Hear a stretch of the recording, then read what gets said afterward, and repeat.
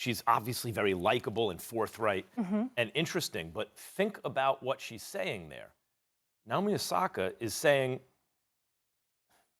first of all, I want to go back to the reporter's original question, and the agent, characterized it as bullying, and it was not bullying. And in fact, it led to these kind of moments from an athlete. It led to the stuff we really want to know about, like what makes her tick, what's going on with her. She gave a thoughtful initial response. She had an emotional reaction. Then she came back and gave another thoughtful response, and we're all the richer for it. This is why we watch sports, not just to follow the ball and see who wins and loses, but to also understand the characters involved. What's at stake for them? What makes them tick? That's half the drama. And here we're illuminated by that question, ultimately. Stephen A., she's basically saying, the way I interpret it, she's saying she's aware of what's going on in the world. Not only is she living through a COVID world, as we all are, and many young people are, all the young people are, but she also her father's Haitian. She has ties to Haiti, a place in extreme poverty for so long, and then just in this century started little by little to climb out of it year after year, and then gets hit with devastating earthquakes, right? And so that affects her. She's aware of what's going on in Afghanistan. That affects her. And she realizes, I'm winning just by living my life. It sounds like she kind of feels guilty about it when she can't feel grateful for it. And apparently her interactions with the media lead her to believe, wait a minute. This is really good what's happening with me. Oh, no, it's bad? Something's not good with me? I thought it was good. And so she's trapped in a situation where there's guilt because she can't even feel grateful for her good fortune, for which she's worked very hard, by the way. Like, that's a fascinating response from an interesting person, and I would just point out, it wouldn't have happened had the media not done its job, and of course, we are all fortunate that the subject of the question is someone as thoughtful and as transparent as Naomi Osaka, who was willing to answer it thoughtfully, honestly, and then even contemplate it more, come back and flesh out the answer.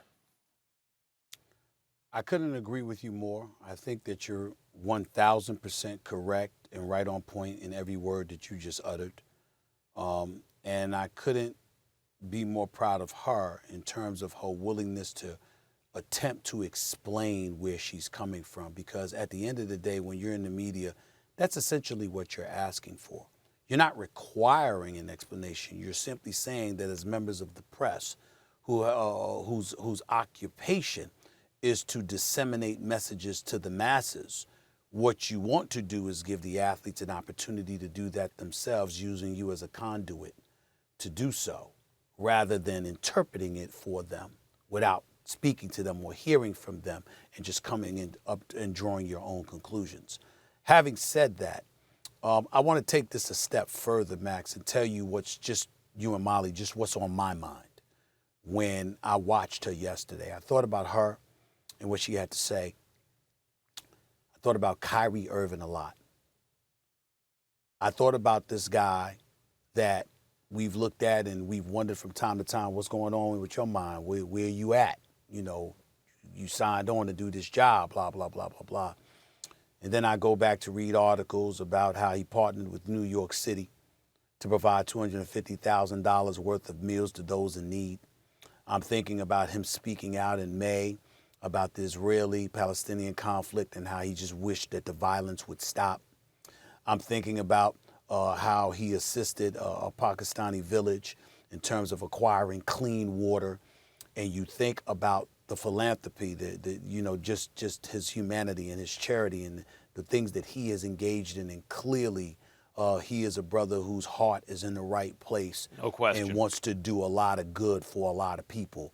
And while we sit here, myself included, critical of some of the things we do that he may say or the times that he picks to say these things from time to time, I think it's important on a national platform like this to make sure the world understands Kyrie Irving is a pretty damn good dude whose heart is in the right place. Might be misunderstood sometime. It might be of his own doing because he might not explain himself as thoroughly as he could. Because he's not perfect like any of us. Exactly. Right. But what I'm saying is, in the end, when you consider his deeds, this is a beautiful brother who's doing a lot of beautiful things for a lot of people that need that kind of beauty and that kind of heartfelt humanity that he has in order to survive, let alone prosper. And what I would say by bringing attention to the Kyrie Irvings of the world, to the Naomi Osakas of the world and what have you, there is a heightened level of sensitivity that we all should give them. But in return, they should understand that those absent of it, that those who struggle to divert their attention away from the games they play, it's not just because they may not share your humanity, which is unfortunate, or they might not be as knowledgeable as you are about a particular subject, or they might be preoccupied with their own occupational challenges, but also because you signed on to do that job.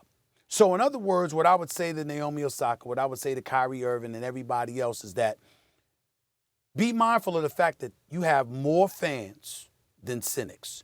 You have far more people who appreciate your greatness, not just as athletes, but as human beings, than you realize.